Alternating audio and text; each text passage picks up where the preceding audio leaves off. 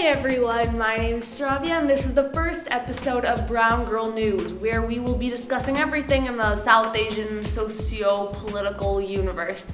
So this is our first episode, and how these episodes are going to go is we're going to have some basic news items for the past couple of weeks, and then we're going to go into a panel discussion or on-the-street interviews or something else fun. So with that, let's begin. So May was a fantastic month for Indian American youth in the country's most prestigious academic competitions. Rishi Nair, a 6th grader from Plant City, Florida, won the National Geographic Bee. He is the latest champion in a 5-year streak of Indian American national champions in the Geography Bee. And the streak goes back further in spelling. Indian Americans have won the Scripps National Spelling Bee on a continuous streak since 2008 with Samir Mishra. And this year, for the 3rd year in a row, co-champions were declared, with 7th grader Jairam Patwar and 5th grader Nihar Janga taking the championship. Janga was the youngest competitor ever to win the Scripps National Spelling Bee, his photographic memory helping him on his first time at the bee. Patwar is the younger brother of 2013 co-champion Shriram Patwar and is the second sibling of a former winner to be crowned as Spelling Bee champion, after Vanya Shivashankar in 2015 took after her sister Kavya, who won in 2009. And this is super exciting news.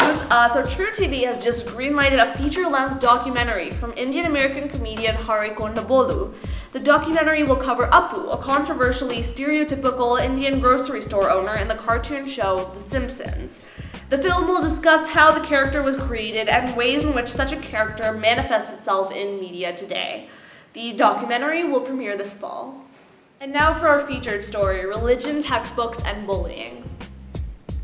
So, Hindu groups in California have been battling to change the current narrative of the Hindu religion in public school textbooks. California revises its textbooks every 6 years, but the Hindu American Foundation has argued that California's proposed revisions to current textbooks would portray Hinduism in an offensive and inaccurate manner.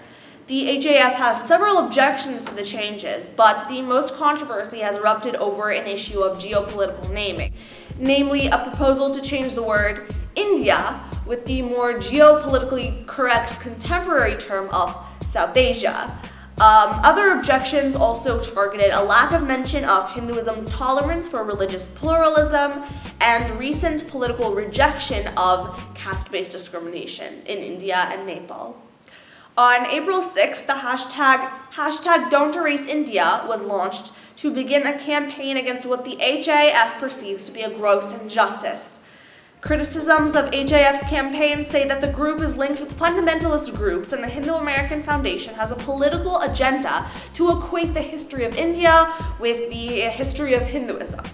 So Michael Witzel, a professor of Sanskrit at Harvard University, disagrees with the demands of Hindu groups, saying that, quote, "There are ill-concealed political agendas behind these views that are well known to researchers and tens of millions of non-Hindu Indians who are routinely discriminated against by these groups." The California Department of Education Instructional Quality Commission held a hearing with scholars, Hindu organizations, and community members about the textbook issues and various proposed edits line by line, with the IQC ruling in favor of the majority of the HAF's requests, including the request not to change India to South Asia. The IQC will announce the final changes to the social studies curriculum in July. But for now, we're going to head over to our discussion panel to discuss further on the issue of religion and textbooks. Okay, so we're here with our panel this week, and we have Zia and Subeda here to talk about the issue of the Hindu textbook situation in California. So the hashtag Don't Erase India has emerged, and the main issue here, as we talked about earlier, is the fact that they're wanting to change the textbooks, the India in the textbooks to South Asia, to represent the current geopolitical status of the region. And Hindu groups aren't happy about this because they feel like it's erasing India, hence hashtag Don't Erase India. And also they're saying that there's too much emphasis on the caste system being linked to Hinduism as opposed to just being kind of a byproduct of Indian culture. And class in general. My first reaction in hearing South Asia is I understand what they mean when they say South Asia versus India, but whenever I think of Asia, it just seems so much broader than even India. It doesn't seem like it's very focused, And just looking at a map, South Asia to me can also include Southeast Asia. So it does seem like it's a bit unfocused, and I almost feel like unless something's going to change rapidly in how it's taught to kids, it should almost be something like Pakistan, India, and Bangladesh. When I think of South Asia, I also think of a larger area than just India, Pakistan, Bangladesh. And back in the day, yes, that was known as India, that area. So I'm not sure whether we should change it, but I do think if we were to either introduce the term South Asia instead of India, the link between maybe Hinduism and the caste system would sort of decrease, but I think that would also happen if we listed the individual countries rather than just saying ancient India. I can kind of see this through two perspectives, because on one hand, it used to be several just small independent kingdoms, so to call it India also isn't really true to reality. And to call it South Asia also isn't really true to reality, because they're separate nations. India, Pakistan, Bangladesh, these are separate countries. So neither of them are really quite accurate. But I think that the South Asian advocates have a case, because they can say, well, Pakistan certainly does not consider itself to be India, and it's kind of ignorant of those two other countries that are in the area to just call the whole thing India. At the same time, geographically, when the British came, they had the whole place and they called it India, and that region has traditionally been called India. So I can understand the hashtag Don't Erase India concept as well. So what did you think about the way that they're advocating for the caste system to be taught differently and not be linked so much to Hinduism?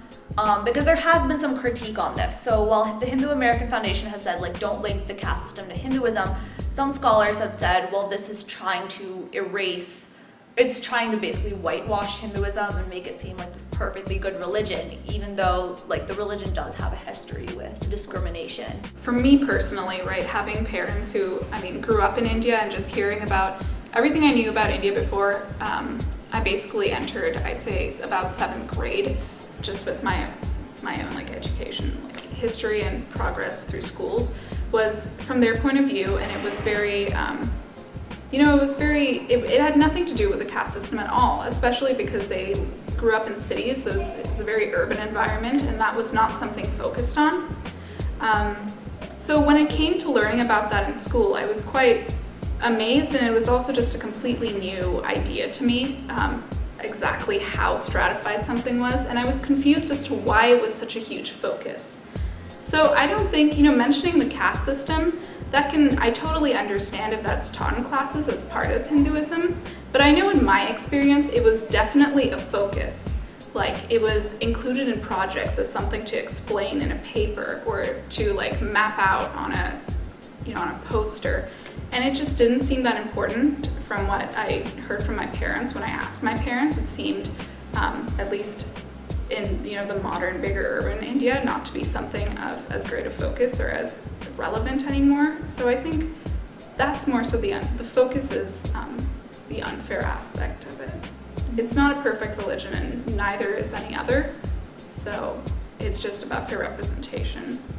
Obviously we don't want to erase history, but the link between Hinduism and the caste system that the school system provides sounds so strong.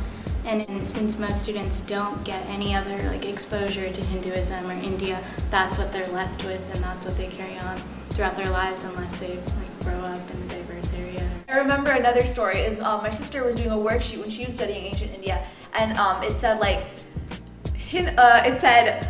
define dharma and karma. Would these values be applicable in American society? Why or why not? There are 3 million Hindus in the United States. Hinduism is an American religion. There are so many Hindu Americans in this country, and for it to not be considered American society is extremely Judeo-Christian centric.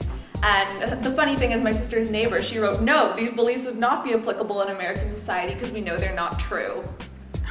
Which just reflects how badly Hinduism is taught about it in school. And it's not your neighbor's fault, in all fairness. I wouldn't even say it's fair to say it's the teacher's fault or to dump it on, any one person who just contributes in what is that called? Like spreading the information. Yeah. I'm forgetting the word.